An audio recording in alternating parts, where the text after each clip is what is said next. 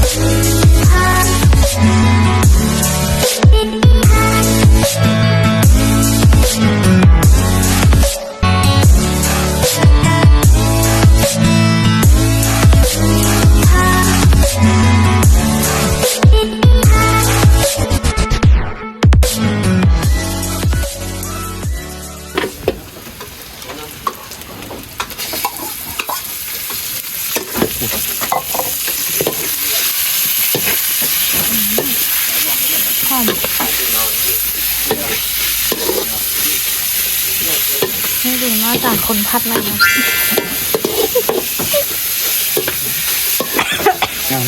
อะไร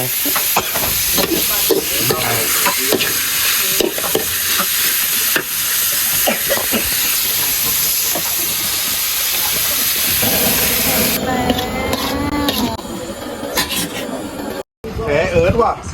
แผลเอิร์ดว่ะแดกอาบูด้วยปลาอะไรกดบอกว่าอันนี้เที่ยวไส้เดือนที่พี่หมาบอกเลยส่องหน่อยดิโทษนิดนิดไม่พวกมันไม่เห็นเอ็นเข้ามาเลยไงทองด้วยมากแล้วอะไรเยอะปลาอะไรยากหลงเลยแหละปลาอะไรหัวหน้ากามันก็เกิดเบรกมาข้าวเลยอุ้ยปรากฏกินยากลากเลยโอ้นี่แหละที่กูพ่อเลยกูบอกไว้แล้วมาแล้วตัวทำไมแรงมันเยอะโอ้ยต้มยำเลยห้ามใส่กระชังขึ้นตัวเนี้ยกระชังคาดจริงๆเอาแล้วใส่ของพี่นุ้ยกระชังคาดดูตัวหน่อยใส่กระชังใหญ่เลยคาดเยี่ยมว่าแล้วเกี่ยวมึงวางดิมึงวางมึงปลามีมากกี่มาไหวโอเคไอ้มังตัวเล็กตัวน้อยอ๋อฮะกลางคืนเนี่ยอยากกินนี่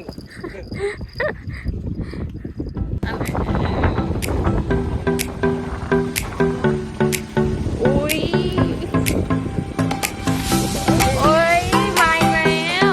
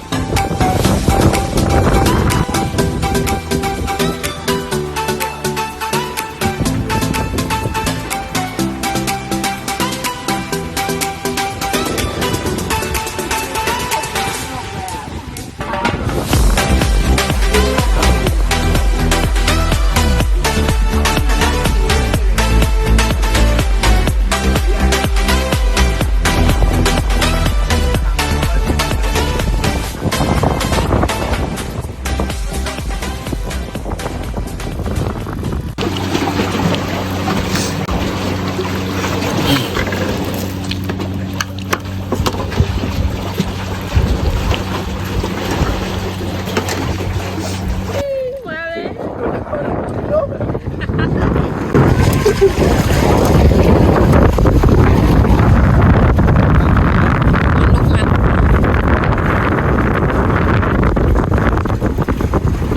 บดิจับไปเนี่ยพอ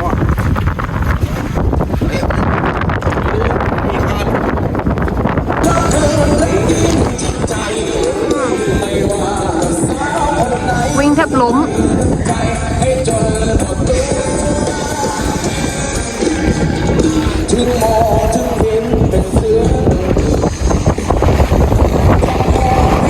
ถ่ายรูปนะเดี๋ยวผมอุ้มเองเดี๋ยวเราวันก่อนหลังด้าน ดึงงงเลยอ่ะ นี่คันดูดิคันนี่เลยแอดบนหนาว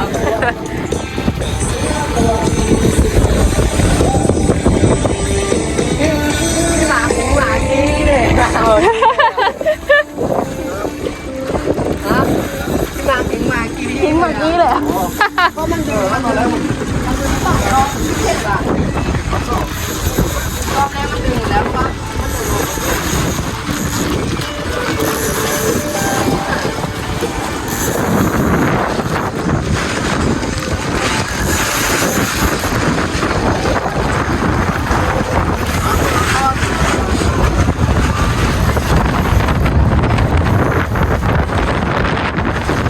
แรงมาก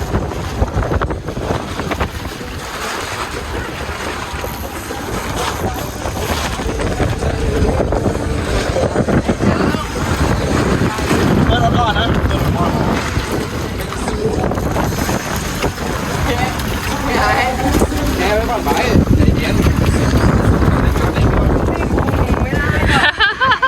โอ้เนี่ยล้วงเนี่ยที่เป็นล้วงล้วงว่าผมไม่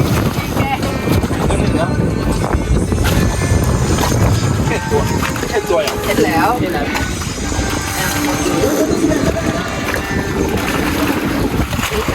อยู่คันนี่ โอ้ ปล่อยใช้เลยทั้งหมด ไอตัวนี้กินแรงว่ะตัวนี้พี่หายเล่นหนึ่งนะ กินยุบเลยนะ กินคันนวับลงไปเลยอ่ะ ดึงไปทางโน้นขึ้นพันไปได้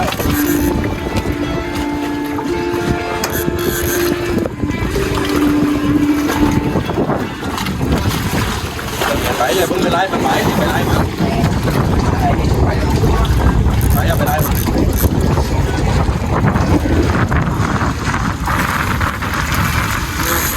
อันเชื้อกัน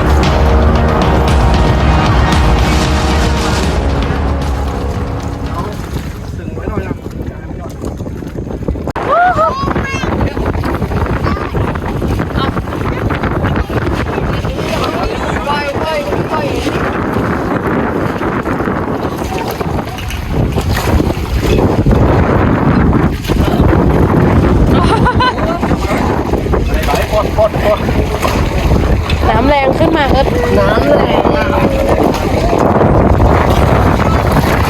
โอ้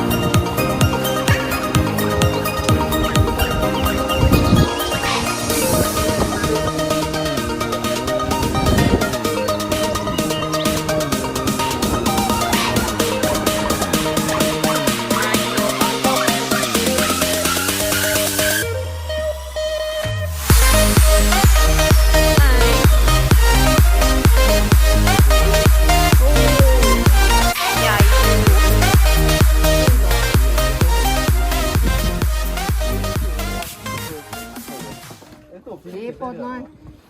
กินลำมันลำโฟมอ่ะ แข้งนะ ปากดูก่อนนี้มีทุกปลาอยู่อ่ะ ก่อนกลับบ้าน นี่นะ